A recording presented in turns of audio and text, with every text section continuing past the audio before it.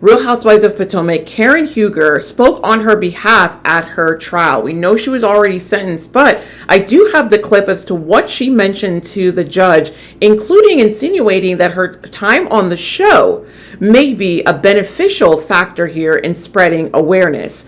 In addition to that, you guys, her cast members have finally started to speak out. Although it's being reported that none of them were present in the packed courtroom, some of them have released statements on different outlets regarding how they're feeling about Karen Huger's 2-year sentence. Let's get into pop culture news for today. Go ahead and hit that subscribe button so you don't miss out, and you can always be a part of the conversation.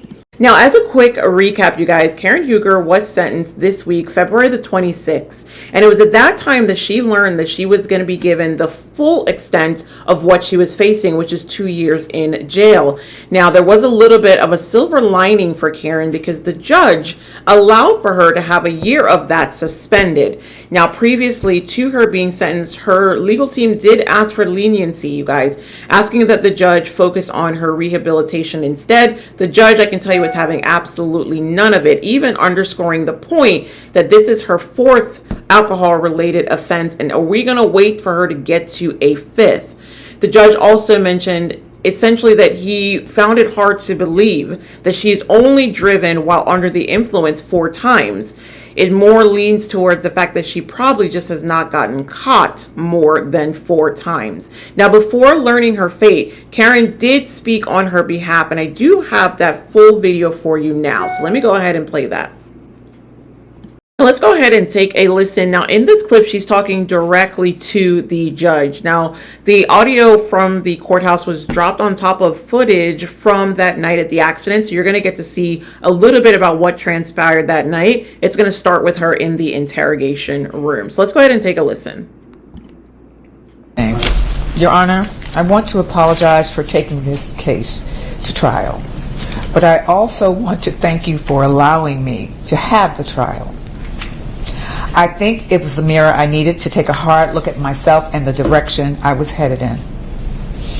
I think my prior cases, I showed up to court, followed the advice of my lawyers, got the case resolved, and went my way. Prior. I like to think I took the cases seriously, but this certainly has been such a much different experience for me. An experience that demanded that I take a look at myself, truthfully.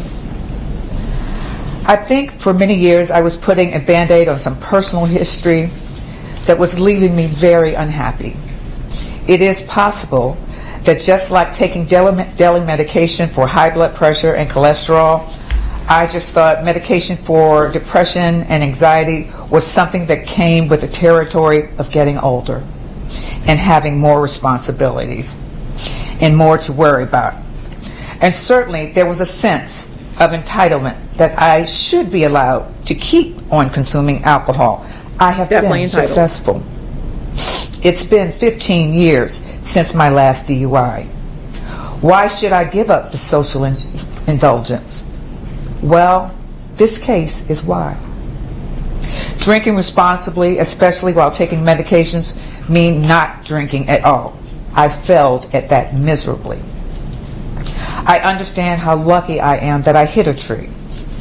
Thank God I did not hit a pedestrian.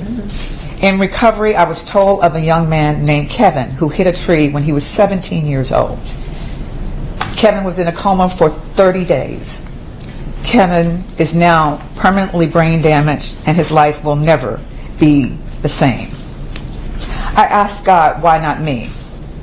The only answer I could come up with was that I was spared because I have a responsibility to use my unique optic lens and teach others and affect quite possibly millions of people with the message of not drinking and driving. I understand better the brutal clarity of the fact that when you're behind a car driving, you're not just driving for yourself. It's my responsibility to make sure my community members make it to their destination safely as well. I want to thank the officers who came to my assistance that night and apologize for my attitude back on March 19th. They were truly professional and gracious toward me at a time when I was not. The body cameras definitely prove that they were right and I was wrong. I should have handled the situation differently. Your Honor, I have a lot on my plate now, but I understand this is all for a very good reason. I will not let you down. I will not let my community down. I will follow through on everything I am currently doing to maintain my sobriety and everything you ordered me to do. And I can assure you that AA is going to remain a part of my life for the rest of my life. I will graduate out of programs, probation, and interlock terms will end. But I know that the relationships that I am creating with AA could and should and will last a lifetime. Those relationships are the greatest offer that I can offer you of my terms of sobriety and success. Thank you.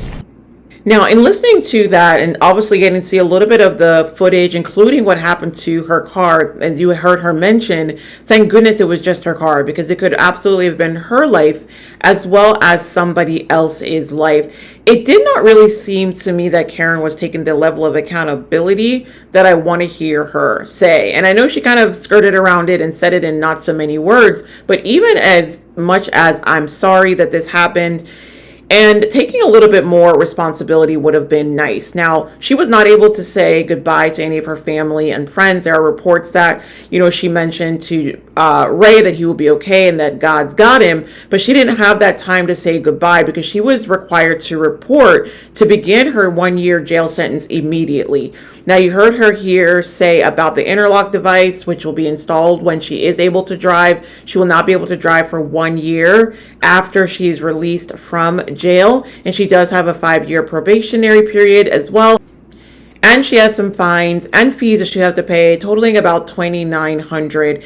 Now, it took some time because I'm sure it was a lot to process, but her Real Housewives of Potomac cast has started to speak out. Now, let's start with listening to what Dr. Wendy Osefo has to say.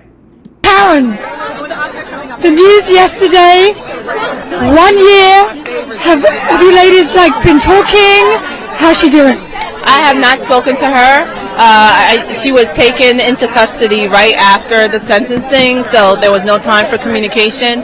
But she continues to be in my prayers. This is, I'm sure, a difficult time, not just for her, but for her family. So all I can do is just uplift her in prayer.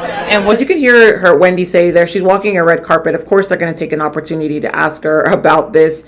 Now, let's go ahead and jump into what Ashley Darby had to say. Now, she was on the Tamron Hall show. She talked a lot about things, including her recent divorce from Michael Darby. Let's take a listen. We want to ask you about Karen Huger. Yes. You both started. You are the original part of the original cast members of the show, and Karen was just sentenced to 1 year in jail for the 2024 DUI arrest. She had a 2-year sentence, 1 year in jail, 1 year was suspended. You've been friends, you've gone through ups and downs. You were there the very first season of this. I know you spoke briefly about it on the reunion show. Mm-hmm. What's your reaction? I really do encourage everyone to keep Karen in your prayers. I really care about her. And I learned this on the train coming here today, and I cried like a baby. I did. Now, it seemed as if people didn't even know in the crowd that this had, sentencing had come down. And as you can hear there, she was very emotional when she herself got the news. I'm sure nobody has had an opportunity to speak with Karen yet. And the only other person that's responded is going to be Gizelle Bryant. Now, Gizelle was responding to a question asked to her during her live show, 21 Shady Questions. This is just her on tour with City Winery. We talked about that on my TikTok. If you have not followed me there, make sure you do. I'm under the exact same name. And she just basically said that prayers up for Karen. She's sure she's dealing with a difficult time. Now, I want to know what you guys think with the housewives speaking out. Do you agree with any of their sentiments? And also, do you think this will impact Karen on the show? There are multiple reports saying that Karen plans to come back to Real Housewives of Potomac stronger than ever after the sentencing is complete. But I want to know what you guys think.